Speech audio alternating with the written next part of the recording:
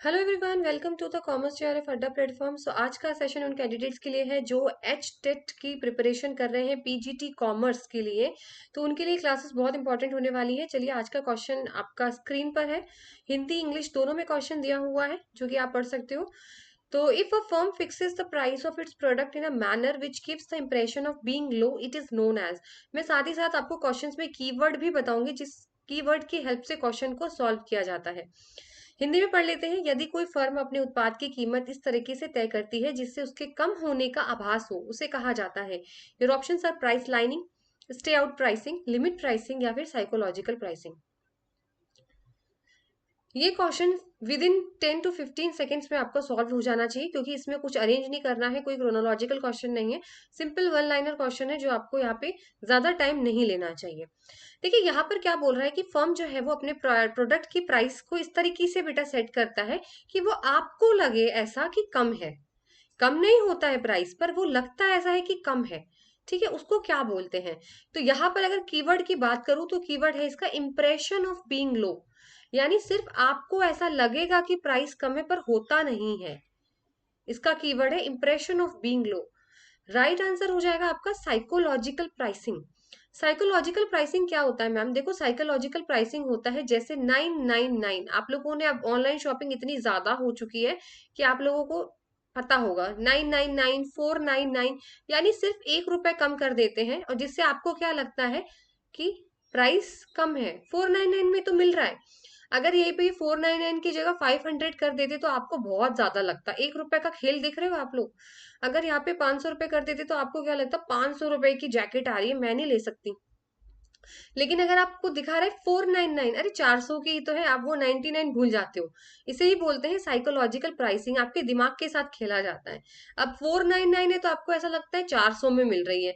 1 रुपए, खाली 1 रुपए कम है बस, उसकी वजह से आपको क्या लगता है 500 की चीज 400 में मिल रही है।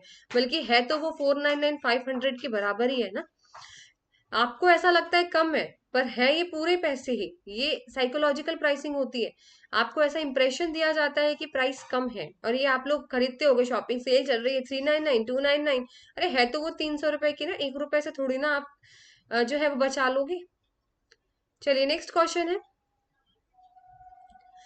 One of the drawbacks of the following system is that the managers do not have control over many activities. निम्नलिखित प्रणाली के कमियों में से एक यह है कि प्रबंधकों का कई गतिविधियों पर नियंत्रण नहीं होता। Options are matrix structure, vertical structure, horizontal structure या फिर नेटवर्क स्ट्रक्चर। इसमें क्या बोला जा रहा है, इनमें से कौन सा स्ट्रक्चर है जिसमें मैनेजर्स का जो है, जो भी कंपनीज के अंदर काम होता है, जो भी कोई काम है, ठीक है, मैनेजमेंट का कंपनी का, उनमें उनका कंट्रोल नहीं होता या वो कर नहीं पाते हैं। मैट्रिक्स है या वर्टिकल है या हॉरिजॉन्टल है या फिर नेटवर्क है। सो इसका आपका राइट आंसर हो जाएगा नेटवर्क स्ट्रक्चर।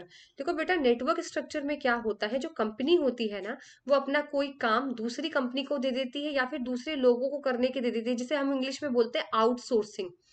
आउटसोर्सिंग यही तो होती है ना, कि अपना काम आप किसी और को दे देते हो, किसी और कंपनी को दे देते हो, किसी और लोगों को दे देते हो, एक्सटर्नल सोर्स को दे देते हो। तो जब आप एक्सटर्नली किसी और को बेटा काम दे रहे हो अपना, तो आप कैसे कंट्रोल करोगे वहां जाकर? आप तो सिर्फ अपने कंपनी का कंट्रोल कर सकते हो ना। जब वो काम किसी दूसरी कंपनी को दे दिया है तो आप वहां पे कंट्रोल नहीं कर सकते। इसलिए option number D network structure हो जाएगा, क्योंकि नेटवर्क स्ट्रक्चर में काम जो है वो बाहर दिया जाता है। अब जब आपने बाहर दे ही दिया है तो आप कैसे कंट्रोल करोगे उसे? चलिए, नेक्स्ट क्वेश्चन है। Which of the following institution is not a constituent of world Bank group? World Bank group यानी विश्व बैंक समूह का घटक नहीं है, कौन सा है बताइए? आईबीआरडी, आईडीए, आईएफसी या फिर एडीबी, इनमें से कौन सा नहीं है पूछा गया है। क्वेश्चन ढंग से पढ़िएगा, नॉट लिखा है, नॉट। तो एडीबी बेटा इसका राइट आंसर हो जाएगा, क्योंकि एडीबी जो है वो वर्ल्ड बैंक ग्रुप का पार्ट नहीं है। तो मैम कौन कौन से पार्ट है एक बार हम लोग यहाँ पे देख लेते हैं। तो ये याद कर लीजिएगा, इनकी डेट्स याद कर लीजिएगा, और इनके क्या क्या काम है ये याद कर लीजिएगा। सबसे पहले होता है आपका IBRD, international bank reconstruction development. Number 2 होता है आपका इंटरनेशनल डेवलपमेंट एसोसिएशन। फिर होता है इंटरनेशनल फाइनेंस कॉर्पोरेशन। फिर आपका मीगा होता है, मल्टीलेटरल इन्वेस्टमेंट गारंटी एजेंसी। फिर आपका आईसीएसआईडी होता है, international conflict for settlement and investment dispute, ये वर्ल्ड बैंक ग्रुप के कॉन्स्टिट्यूट होते हैं 5। ठीक है, चलिए नेक्स्ट क्वेश्चन है, banking ombudsman has been constituted under which act? Banking लोकपाल का गठन किस अधिनियम के तहत किया गया था? RBI act, banking regulation act, SEBI act या फिर फीमा?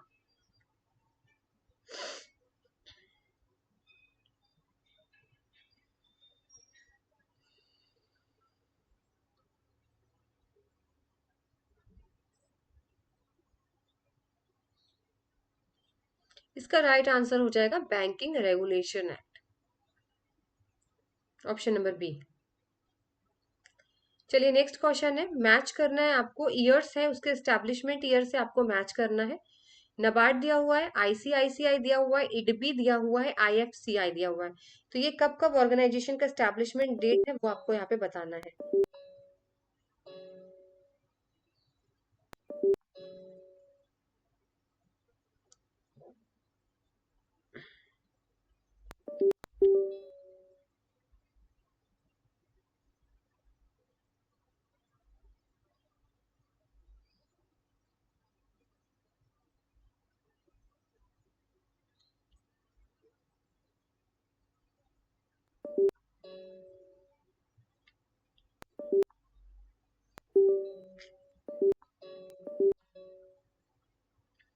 चलिए नबार्ड जो है वो बेटा आपका 1982 में आया था। ठीक है, इडबी आपका 1964 में आया था, आईएफसीआई आपका 1948 में आया था और आईसीआईसीआई आपका 1955 में आया था, जिसको एसबीआई भी याद रखिएगा। एसबीआई की भी सेम डेट 1955 ही रहने वाली है। ठीक है, तो ये आपका मैच द कॉलम हो गया। चलिए नेक्स्ट क्वेश्चन है, account according to the which of the following accounting principles the owners of the business are considered as a creditor? निम्नलिखित में से किस लेखांकन सिद्धांत के अनुसार व्यवसाय के स्वामियों को लेनदार माना जाता है? Cost, money measurement, business separate entity या फिर डुअल एस्पेक्ट?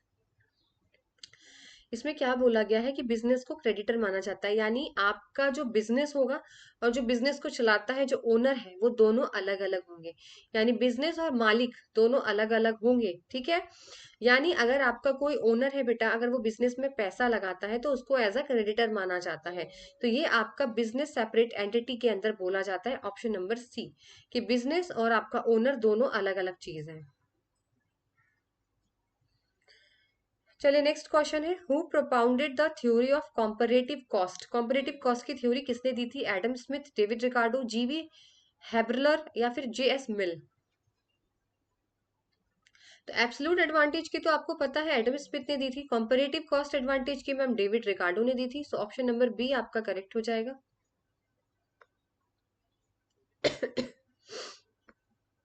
सॉरी। चलिए नेक्स्ट क्वेश्चन है, LAC curve is not known as, long run average cost को क्या नहीं बोला जाता है? याद रखिएगा, नॉट पूछा है। Planning curve, envelope curve, operating curve या फिर नन ऑफ द अबव? तो अगर मैं ड्राइंग यहाँ पे करती हूँ थोड़ी सी,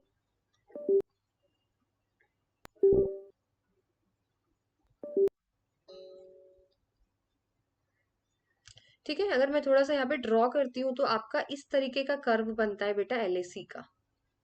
ठीक है, और इसके अंदर छोटे छोटे और कर्व बनते हैं, स्मॉल एस ए सी ऐसे करके। ठीक है, तो इसको प्लानिंग कर्व भी बोला जाता है, एनवेलप कर्व भी बोला जाता है, लेकिन ऑपरेटिंग कर्व नहीं बोला जाता। सो ऑप्शन नंबर सी आपका करेक्ट हो जाएगा। इसको हम लोग ऑपरेटिंग कर्व नहीं बोलते हैं, प्लानिंग कर्व बोलते हैं, एनवेलप कर्व बोलते हैं। चलिए नेक्स्ट क्वेश्चन है, when the law of diminishing return is operating? Law of diminishing return कब ऑपरेट करता है? जब TVC falls at increasing rate, TVC increases at decreasing rate, TVC increases at constant rate या फिर TVC increasing at increasing rate? देखो बेटा यहाँ पे क्या बोला गया है कि सपोज करिए आपके पास फिक्स्ड जमीन है, एक लैंड है, फिक्स फैक्टर है, उसमें जब आप ज्यादा से ज्यादा बेटा लेबर लगाते हो तो कहीं ना कहीं आपकी एफिशिएंसी कम हो जाती है। एक बात बताइए, यहाँ पे जरूरत सिर्फ 5 लेबर की होती है इतनी जमीन पर, कि 5 लेबर अगर काम करेंगे तो अच्छे से हो जाएगा, लेकिन आपने 5 की जगह बेटा 8 लगा रखे हैं, यानी 3 एक्स्ट्रा लगा दिए फालतू के, तो ये आपके वेस्ट हो रहे हैं। इसे ही बोलते हैं लॉ ऑफ डिमिनिशिंग रिटर्न। जब आप किसी फिक्स्ड फैक्टर पे, क्योंकि जमीन तो ना बढ़ेगी ना घटेगी, उतनी ही रहेगी, लेबर आपने ज्यादा लगा दिए, यानी जो काम 5 लोग कर सकते थे आपने 8 फालतू में लगा दिए, जो 3 आपके एक्स्ट्रा हो गए। यानी अगर आप ज्यादा से ज्यादा लेबर लगाते हो, ठीक है, तो इससे आपकी एफिशिएंसी कम हो जाएगी, प्रोडक्शन कम होने लगेगा। इसीलिए इस पे टोटल वेरिएबल कॉस्ट जो बेटा होगा आपका इंक्रीज होगा इंक्रीजिंग रेट पर, ठीक है। ऑप्शन नंबर डी आपका यहाँ पे करेक्ट हो जाएगा। टीवीसी जो है वो इंक्रीज होगी एट इंक्रीजिंग रेट। देखिए इस तरीके का डायग्राम जो है वो आप देख रहे हो यहाँ पे। तो टीवीसी जो ये रहता है, सबसे पहले कॉस्ट इंक्रीजेस फर्स्ट, फिर डिक्रीज होती है, फिर इंक्रीज एट इंक्रीजिंग रेट पे होती है, ठीक है।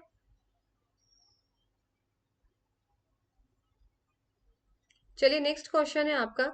एज पर article 6 agreement on agriculture, which of the following most trade distorting box and subject to reduction commitment. यानी यहाँ पर बोला गया है आर्टिकल 6 के अंदर एग्रीमेंट ऑन एग्रीकल्चर है, जहाँ पे 3 बॉक्स के बारे में बात की जाती है, ग्रीन बॉक्स, एम्बर बॉक्स और ब्लू बॉक्स। तो बोला गया है कि सबसे ज्यादा ट्रेड डिस्टॉर्टिंग बॉक्स कौन सा है, यानी ऐसा बॉक्स कौन सा है अगर हम उस बॉक्स के अंदर अगर कोई भी आपको सब्सिडीज मिल रही है या कुछ भी आपको मिल रहा है, उससे इंटरनेशनल ट्रेड यानी अंतरराष्ट्रीय व्यापार पर जो है वो क्या होगा मैम, सबसे ज्यादा इम्बैलेंस देखने को मिलेगा, या वहां पे डिसएडवांटेज हो सकता है, या किसी भी तरीके का वहां पे क्या होगा मैम, ट्रेड में गड़बड़ हो सकती है इंटरनेशनल ट्रेड के अंदर। तो इसका जो राइट आंसर होने वाला है वो आपका एम्बर बॉक्स है। देखो बेटा एम्बर बॉक्स के अंदर क्या होता है, डंपिंग की जाती है। डंपिंग यानी की जाती है, सपोज करिए कि अगर चाइना है, ठीक है, चाइना ने क्या बोला, चाइना ने अपने ही ट्रेडर जो लोकल प्रोड्यूसर्स हैं, सपोज करिए चाइना खिलौने बनाता है, तो जो चाइना खिलौने बनाने वाले जो प्रोड्यूसर्स है, चाइना ने उनके लिए ना रॉ मटेरियल बहुत सस्ता कर दिया। क्या कर दिया, सब्सिडी दे दी उनको रॉ मटेरियल पे, कि आपको रॉ मटेरियल इतना सस्ता दे देंगे, आप खूब बनाओ। अब क्या करेंगे वो लोग जाकर बनाएंगे सस्ते में और बेचेंगे महंगे में। तो अगर वो दूसरी जगह जहां पर बेच रहे हैं बेटा महंगे में, तो वहां पे तो इंटरनेशनल ट्रेड डिसबैलेंस हो जाएगा ना। यानी आप तो डंपिंग कर रहे हो, अपनी कंट्री में सस्ता बना के बाहर आप महंगा बेच रहे हो। तो अगर चाइना इंडिया को अगर आगे बेचेगा खिलौने, तो इंडिया में जो खिलौने बना रहे हैं उनको नुकसान नहीं हो जाएगा। भाई इंडिया में जो खिलौने बना रहे हैं उनके कोई खरीदेगा नहीं, क्योंकि उनके महंगी पड़ेंगे। चाइना ने तो सस्ते में बना के बेच दिया इंडिया में, और इंडिया वाले जो बना रहे हैं खिलौने उनको तो घाटा हो जाएगा। तो यानी यहाँ पर इंटरनेशनल अगर ट्रेड की बात करें तो ये तो गड़बड़ हो जाएगी, इंडिया को तो नुकसान हो जाएगा, ठीक है। तो यही एम्बर बॉक्स के अंदर आता है, क्योंकि डंपिंग है। अपने आपकी सरकार ने सस्ता बनाने को दे दिया, आपने अपने कंट्री में सस्ता बना के आप बाहर महंगा बेच रहे हो, तो जो बाहर बेचारे जो बना रहे हैं उनको तो घाटा हो जाएगा। यही चीज बोली गई है, और एम्बर बॉक्स के अंदर यही आता है। ग्रीन बॉक्स देखो ऐसा बॉक्स होता है बेटा जहां पर अगर ऐसे सब्सिडीज दी जाती है जिससे इंटरनेशनल ट्रेड पे कोई फर्क नहीं पड़ेगा। सपोज करिए किसी किसान है, उनकी खेती खराब हो जाती है, या उनकी पेस्टिसाइड्स वगैरह के लिए रिसर्च के लिए अगर सरकार उनको सब्सिडीज दे रही है, तो उससे चाइना को क्या फर्क पड़ेगा, अमेरिका को क्या फर्क पड़ेगा, यानी उससे इंटरनेशनल ट्रेड पे कोई फर्क नहीं पड़ता, ठीक है। चलिए नेक्स्ट क्वेश्चन है, the number of elements in Fiedler's contingency leadership theory. Fiedler contingency की लीडरशिप थ्योरी है, उसके अंदर कितने एलिमेंट्स होते हैं, 1 2 3 4।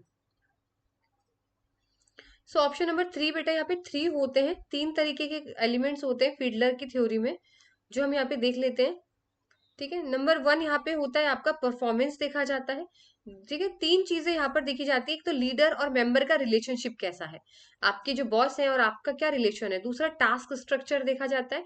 तीसरा आपका लीडर का पोजिशनल पावर देखी जाती है। तो ये तीनों चीजें इसके अंदर डिटरमाइन की जाती है, ठीक है। चलिए नेक्स्ट क्वेश्चन है, which one of the most important principle of business ethics. Business ethics का सबसे इंपॉर्टेंट प्रिंसिपल कौन सा है। Number 1 principle of unity of direction, principle of proportional judgement, principle of scalar chain, या फिर principle of span of control.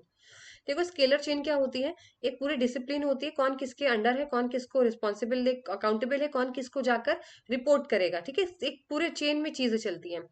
Span of control होता है कि एक सुपीरियर के अंदर कितने सबऑर्डिनेट काम करेंगे।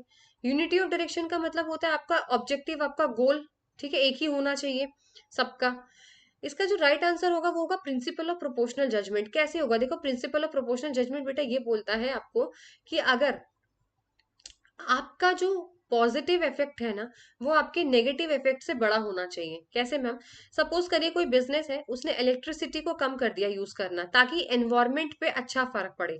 उसने अपनी फैक्ट्री में क्या किया, कंपनी में क्या किया, इलेक्ट्रिसिटी का रिडक्शन किया, यानी इलेक्ट्रिसिटी वो अब यूज नहीं, कम करेगा यूज, जिससे क्या हो, एनवायरमेंट को, प्रकृति को कोई नुकसान ना हो। अब देखो उसको प्रॉफिट तो कम हो रहा है, प्रॉफिट तो उसको उस वजह से कम होगा, लेकिन एनवायरमेंट में काफी फायदा होगा। तो यानी एनवायरमेंट का फायदा उसके प्रॉफिट से कहीं ना कहीं बहुत ज्यादा है। तो यानी जब भी कोई पॉजिटिव चीज नेगेटिव से ज्यादा बड़ी हो ना, उसे प्रोपोर्शनल जजमेंट बोला जाता है। चलिए नेक्स्ट क्वेश्चन है आपका, the behaviourally anchored rating scale is a technique of. जो बार्स होता है जहाँ पे रैंकिंग की जाती है परफॉर्मेंस अप्रेजल के टाइम पे, तो वो किसका पार्ट है? Selection, succession planning, performance appraisal या फिर रिक्रूटमेंट? तो परफॉर्मेंस अप्रेजल इसका राइट आंसर है, क्योंकि परफॉर्म जब आप किसी एम्प्लॉय का बेटा परफॉर्मेंस देखते हो ना, तो इस टेक्निक से आप उसको अप्रेजल देते हो कि हाँ भाई 1 2 3 4 रेटिंग करके, ठीक है। सॉरी। चलिए नेक्स्ट है, the relationship between advertisement and the sorry advertisement and demand. Advertising और डिमांड के बीच का रिलेशनशिप कैसा होता है? डाउनवर्ड स्लोपिंग है, नेगेटिव है, डायरेक्ट है या फिर नन ऑफ द अबव है? तो इसका बिल्कुल इजी आंसर था मैम, डायरेक्ट होगा। डायरेक्ट रिलेशनशिप इसलिए होगा, अगर सपोज करिए अगर आप किसी चीज की एडवर्टीजमेंट बढ़ाते हैं बेटा, तो उसकी ऑटोमेटिकली डिमांड भी बढ़ेगी। जब एडवर्टीजमेंट अच्छा होगा, एडवर्टीजमेंट पे आप पैसा खर्च करोगे, तो आपके प्रोडक्ट की डिमांड भी बढ़ेगी। सपोज करिए शाहरुख खान को आप सलमान खान को अपने ऐड में ले रहे हो पैसे देकर, तो वो चीज लोग भी देख देख कर उनकी क्या करेंगे, डिमांड बढ़ेगी आपके प्रोडक्ट की। वही अगर आप एडवर्टीजमेंट पे खर्चा नहीं करोगे, तो आपके प्रोडक्ट को कोई नहीं खरीदेगा, इससे डिमांड भी कम हो जाएगी। इसलिए डायरेक्ट डिमांड है। डायरेक्ट जब होती है जब दोनों एक ही सेम स्पीड पे जाते बढ़ते हैं। अगर एडवर्टीजमेंट बढ़ रहा है तो डिमांड भी बढ़ रही है, दोनों ऊपर की तरफ है। इनडायरेक्ट कब होता है? एक बढ़ेगा और एक कम होगा, ठीक है।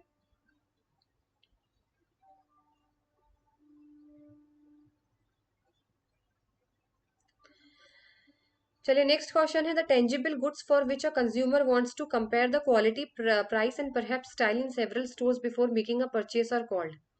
Convenience stores, shopping goods, speciality goods या फिर अनसॉर्ट गुड्स? यानी ऐसे कौन से गुड्स होते हैं बेटा, जब आप जाते हो ना खरीदने, तो आप क्वालिटी भी देखते हो, प्राइस भी देखते हो, और कई कई दुकानों पे जाके पता करते हो खरीदने से पहले। तो उन गुड्स को बेटा बोलते हैं शॉपिंग गुड्स।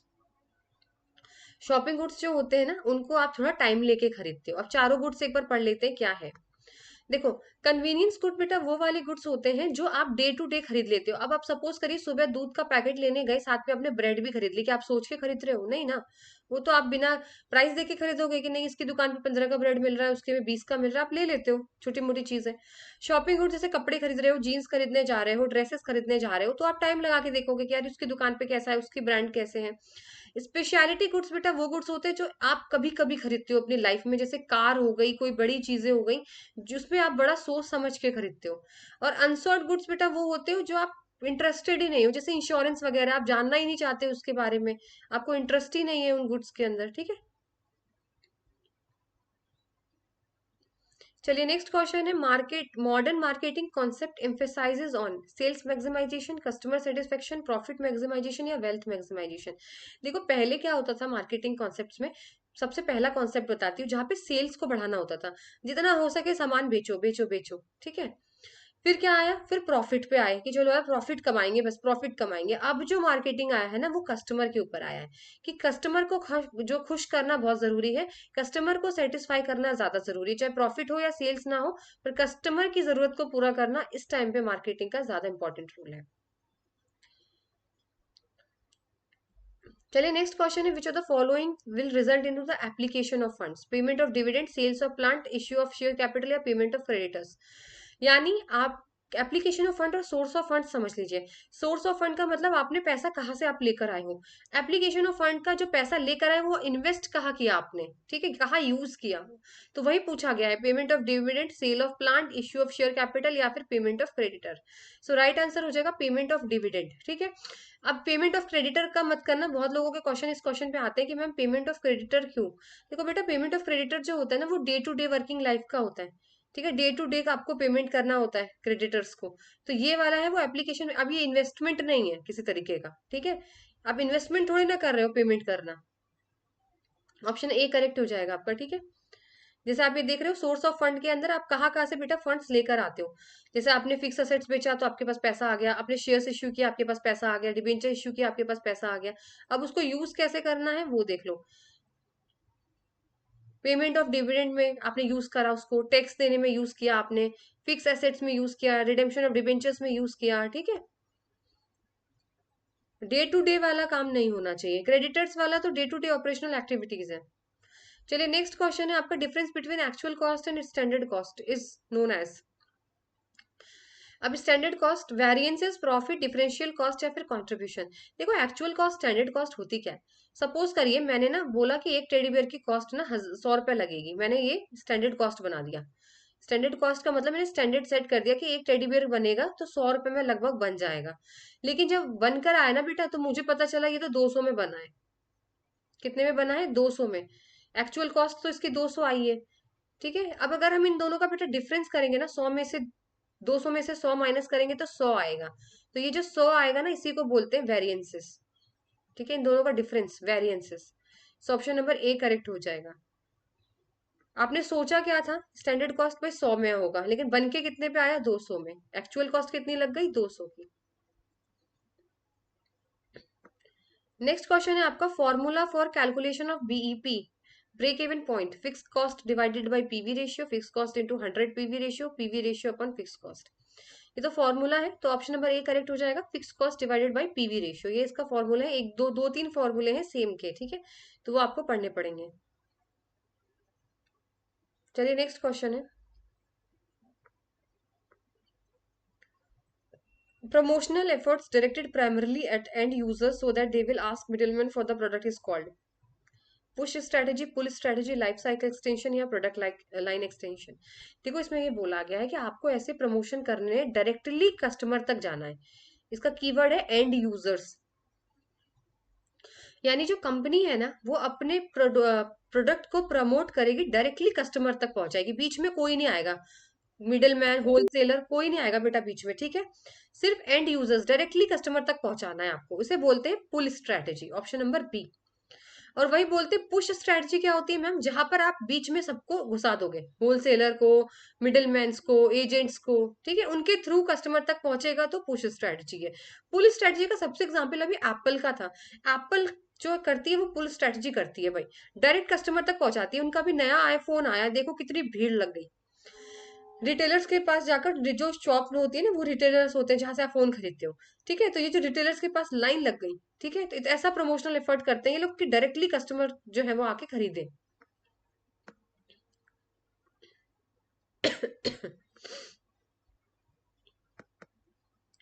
चलिए नेक्स्ट क्वेश्चन है आपका, in difference curve is L shaped in case of normal good, perfect substitute, bad goods या परफेक्ट कॉम्प्लीमेंट्स। वैसे तो बेटा आपका इंडिफरेंस कर्व इस तरीके का बनता है, बनता है कि नहीं बनता है, लेकिन इन्होंने बोला एल बनेगा, एल इस तरीके का। तो किस रीजन में बनता है एल? बेटा जब एल जब बनाया जाता है जब परफेक्ट कॉम्प्लीमेंट्स हो दो गुड्स। परफेक्ट कॉम्प्लीमेंट्स का मतलब जब कोई भी दो सामान साथ में यूज किया जाए, जैसे आपका राइट शूज और लेफ्ट शूज। ऐसा तो नहीं राइट शूज पहन के निकल जाते हैं और लेफ्ट रह जाता है, ऐसा तो नहीं होता ना। तो यानी परफेक्ट कॉम्प्लीमेंट्स जब आप दोनों को साथ में यूज करो, जैसे आपके शूज का मैंने आपको बताया कि लेफ्ट शूज के साथ राइट शूज भी चाहिए, है ना, एक अकेला शूज से तो नहीं जाएंगे आप पहन के। चलिए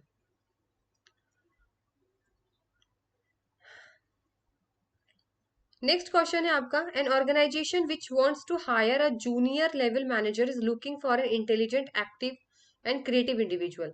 the approach to leadership they are using contingent, situational trade. अच्छा एक बात बताइए, एक ऑर्गेनाइजेशन है वो एक जूनियर मैनेजर को हायर करना चाहता है, बट उसने बोला है इंटेलिजेंट हो, एक्टिव हो, क्रिएटिव हो, तीन चीज बताइए उसने, तो वो क्या है ये? कॉन्टीजेंसी। देखो कॉन्टीजेंसी का तो ये मतलब नहीं होता मैम, कॉन्टीजेंसी तो इमरजेंसी के लिए यूज किए जाते हैं। सिचुएशनल, सिचुएशन भी नहीं है यहाँ पे, तो ट्रेट थ्योरी यहाँ पे आपका राइट आंसर हो जाएगा बेटा, ट्रेट अप्रोच, यानी क्वालिटीज बताई गई हैं। ट्रेट का मतलब होता है क्वालिटीज, तो यहाँ पे क्वालिटी बताइए कि भाई इंटेलिजेंट हो, एक्टिव हो, क्रिएटिव हो, तीनों चीज हो। तो तीनों चीज क्या चीज है? ये तो आपकी बेटा क्वालिटी है, तो क्वालिटी को हम लोग दूसरे वर्ड में बोलते हैं ट्रेट। ठीक है, ऑप्शन नंबर सी यहाँ पे आपका करेक्ट हो जाएगा, ट्रेट। अब बिहेवियरल थ्योरी क्या है बेटा? बिहेवियरल थ्योरी इसलिए नहीं है, बिहेवियर तो ये होता है कि आपको कोई सिचुएशन दे दे और फिर उस हिसाब से आप किस तरीके से बिहेव करोगे। जैसे आपसे यूपीएससी वगैरह में क्वेश्चन पूछ ले जाते हैं ना, कि अगर आप वहां पे ड्यूटी आपकी लग जाए, वहां पे लग जाए तो आप किस तरीके से बिहेव करोगे, ऐसी सिचुएशन आपके पास आ गई तो आप क्या करोगे, वो बिहेवियरल होता है। चलिए नेक्स्ट क्वेश्चन है, when bank chooses the wrong strategy और follow a long term business strategy which might leads to its failure, it is called operational risk, credit risk, market risk, business risk.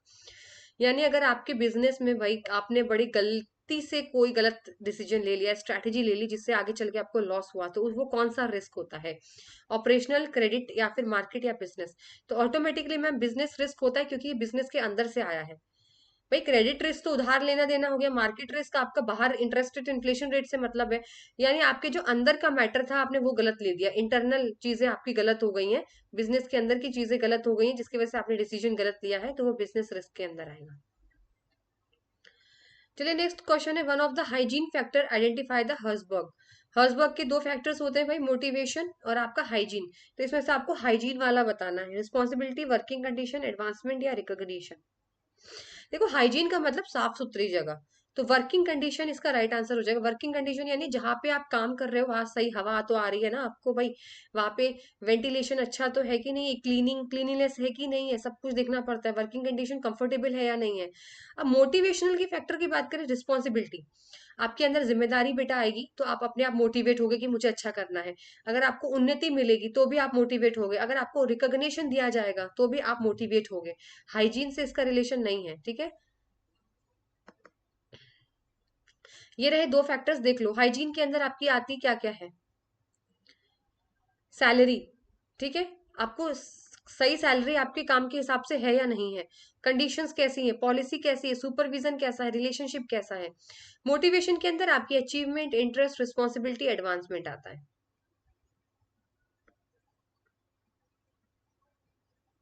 चलिए next question है, Chalapathi Rao committee was meant for restructuring of regional rural bank, state financial corporation, commercial banks in India या cooperative banks. तो जो आपकी चलपति राव है committee, ये बेटा RRB के लिए बनाई गई थी, रीजनल रूरल बैंक को दोबारा से रिस्ट्रक्चर करने के लिए ये कमेटी का गठन किया गया था, चलपति राव कमेटी का। सो ऑप्शन नंबर ए आपका करेक्ट हो जाएगा। आई होप आपको आपका आपका आज का सेशन आप लोगों को अच्छा लगा हो। अगर वाकई वीडियो आपको अच्छी लगती है, स्टाइल ऑफ टीचिंग अच्छी लगती है, तो प्लीज मुझे कमेंट शेयर में जरूर बताइएगा, कमेंट सेक्शन में शेयर करके जरूर बताइएगा। तब से मिलते हैं आपसे नेक्स्ट सेशन में, आपकी कंटिन्यू क्लासेस चलती रहेंगी एचटेट पीजीटी की, जब तक आपके एग्जाम्स नहीं हो जाते। Till then good bye, take care.